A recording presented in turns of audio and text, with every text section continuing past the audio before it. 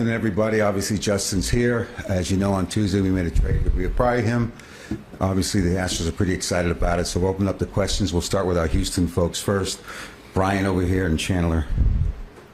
Go ahead, Brian. Wait. You have to waive your no-trade clause. Just were there any other teams? Was this your preferred destination? And just what's it like just being back in the clubhouse with these guys that you've been with for so long?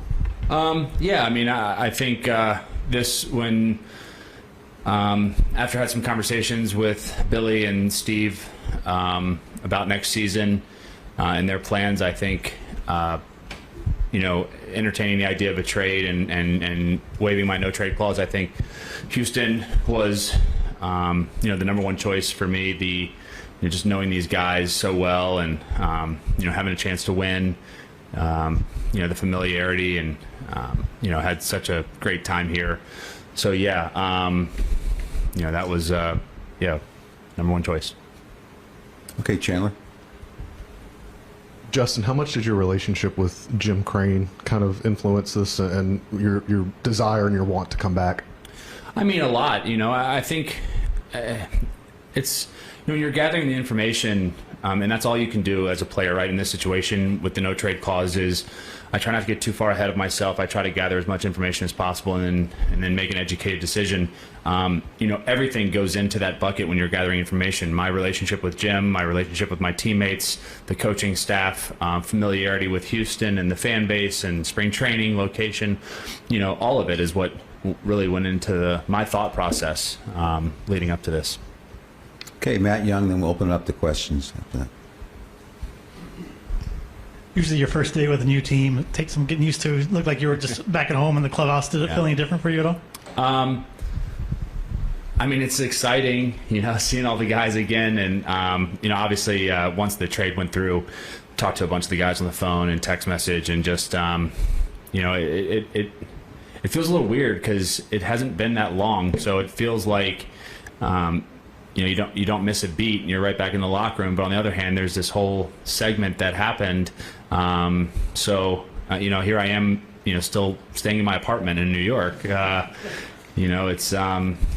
It's a really odd feeling. Hard to explain. Okay, over here, and then David, right here. Just did the Mets come to you about any other teams? I mean, I kind of knew as much as you guys did, to be honest. I think, when like I said, after speaking with Steve and Billy, and I really kind of opened it up and said, if this is the direction that you think is best for the organization, I'm not on a long-term deal. Things are different. If I was on a long-term deal, I've heard some of the comments like Francisco was making about, being committed to winning. If the vision super short term wasn't, we're going to try to win a championship, and not that they're not trying to win, but not going to take the same tactic next year, then I would like the opportunity to go to a team that was going to fight for a championship this year and next. And clearly with the trading of Robertson and Max, the picture for this year and next year was kind of shifting quickly. So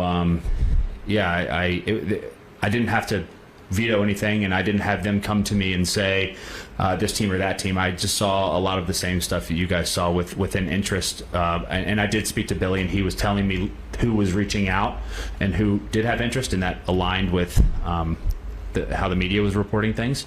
I don't know how you guys get your information, but you got it. And how would you just kind of sum up the guys? Yeah. The Mets are thought to be a World Series contender, and then they end up selling off. How would you just describe just the turn of events? Good question. I haven't really come to terms with it. It's I don't think anybody saw this coming. You commit to a team and you commit to trying to win a championship there, and that's your vision, right? You're all in, and then a few months later, you're back with the team you were with the last season, and I feel like I was just really starting to get settled in the city, in my apartment, and my family was really getting used to things here. You start building a life off the field. You try to build a life in the city that you're in, and you start getting comfortable and you make friends, and so that part is really difficult. It's a lot on the family. I think when you're looking at things there's like two different lenses. There's the baseball lens and there's the family lens, right? And even though we have a lot of familiarity in Houston and know the city and the fans and everything, it's, we don't have a place there anymore, and it's just a lot on the family to get up and move in the middle of the season. And through the baseball lens, it's super exciting, to join my friends again and a team that's fighting for a championship and in a really intense run coming down the stretch. I mean, that's what you play a game for. And when I sit down and talk with my wife about things, that's why we're here. And we played this game to win and win championships. So ultimately, that's what's the decision maker and the factor that goes into it. But once the decision's made and the dust settles, it's a lot. It's a lot on the family, a lot of moving pieces now, and a lot of logistics that you have to figure out. And you just make it work. Okay, David in the back, and back to Chandler. Justin, you seem to have an idea which direction this was headed when we talked to you Sunday at Citi Field after your start. Can you just give a kind of a quick timeline from that when we talked to you after your start that day to where you are now? I mean, I assume you talked to Billy and Steve after we had spoken to you that afternoon. Yeah, I mean, I think you get the gist of how the conversation went. It went very similar to Max's conversation, just the vision of how the rest of this year was going, and next season had shifted a bit. I think they're more focused on a couple of years, 25, 26, and would be great to hear if I was a Met for longer term. But with only signing a guaranteed 2 years, it changes things a little bit. It was a tough conversation, especially with Steve. I mean, you make a commitment somewhere and there's all this excitement, and it just didn't work for whatever reason this season. And I'm somebody that really tries to come through with my commitments, and I was part of that as well, missing the first month. I mean, obviously you can never really forecast an injury, but it was nice to start pitching better as of late. But still,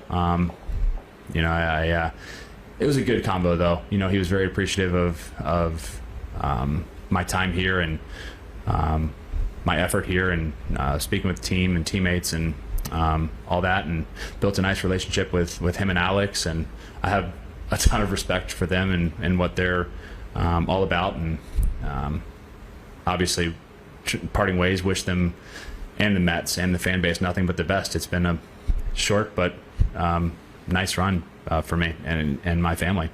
Did you just stay in New York through the deadline? Or no, I went to Kansas City. Oh, you were there. Okay. Yeah. I didn't know what was going to happen. I didn't have as much information as you would think. I mean, I am in control with the no trade, but when it's coming down to the wire, the last day, I don't know what's going to happen. And the Mets had the option of just saying, well, none of these packages are what we want. We're going to keep you. So I didn't know. It seemed to me there were. Before the last day, probably like 3 destinations that were potential, and the last day Billy called me, or the night before, and said a few other teams had started calling as well. So it was just a whirlwind, man. And then he called me when a couple hours to go and said, "Deal's done with Houston if you'll accept it." And I think he knew I would. Okay, in the back, and then Chandler, and then over here. Hey, just to kind of follow up on that. You had the August 31st trade to Houston the first time, right, in 17? Mm-hmm. And then now you went from face the Yankees for the Mets, pitch for the Mets in City, not going to face the Yankees. Is this the strangest sequence you've been involved in what is it, 15, 16 years? Yeah. It's definitely new. I've never really heard of anything exactly like this happening. First time for everything, I suppose. Just along for the ride, and now trying to compete and win a championship. Okay, Chandler. Justin, you were obviously a free agent this past winter, and the Astros ostensibly had some interest in bringing you back. Was that a difficult decision to leave the first time? I think it, again, like, there's 2 different lenses to look through. There's a family lens and a baseball lens. And my wife is extremely supportive of the baseball side of things, and we obviously made a decision based on conversations with Steve. Obviously, the contract had a lot to do with it, and I mean, if you could, rewind the clock 4 or 5 months, I mean, I think, the Mets had the second best odds to win the World Series before the season started. So, it wasn't just a contractual thing, even though that obviously plays a part in it. It was something that we looked at and said, all right, let's go try to win another championship. Obviously it didn't play out that way, knowing what we know now, but, that was all went into the decision. It wasn't easy. No, it never is. It's, life-changing decisions are never easy. It's kind of odd to think about now. It really just popped in my head. I mean, the trade from Detroit to Houston and free agency a couple times. I mean, these major life decisions come at you pretty quickly later in your career because you're signing shorter term deals, 2 years, 3 years, 2 years, whatever it is.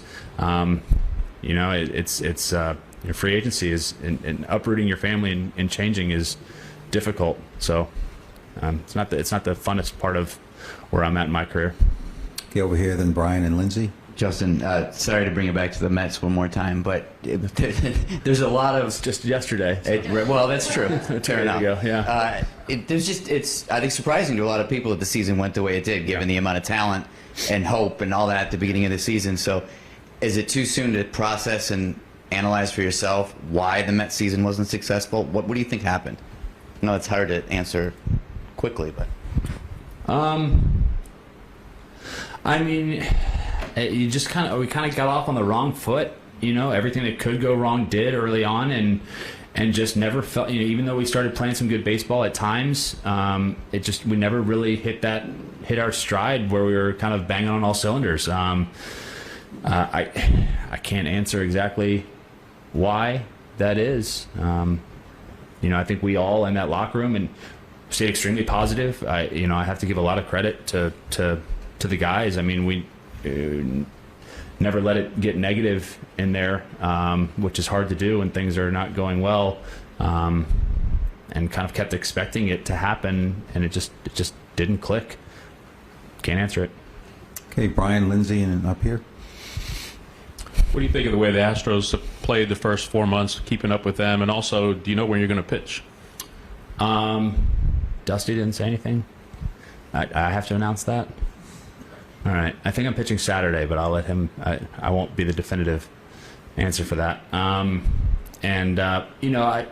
was in a different league again, so I wasn't watching as intently, although I keep up with, my friends. But I think, obviously, injuries have been difficult, and it just shows how talented the team is to be able to run with, Dallas, who's been really good. So, being able to stay in it to this point and be able to play meaningful baseball in the last couple of months is what it's all about. So I think you can look at it two ways. I mean, it's nice to run away with the division sometimes, but it's also sometimes nice to have a little fire heading into the playoffs and have to fight for it. And I think it's pretty clear this year we're gonna have to fight for it. Okay, a couple more, Lindsay, and then over here. Justin, is that a new hat and shirt or old hat and shirt? Brand new. Brand spanking new. Do you still have your Astros paraphernalia? I have a lot of stuff, but I put it in a bag and sent it to my house after the season, and I think I've got at this point 17 of those bags that I'll need to go through eventually when I'm done playing, hopefully with a few more bags to add on. Over here. Hey, Justin. Billy and Steve have used the word highly competitive to describe what the Mets are going to do next year. Did they reiterate that to you, kind of that same sentiment, or was yours a different idea? I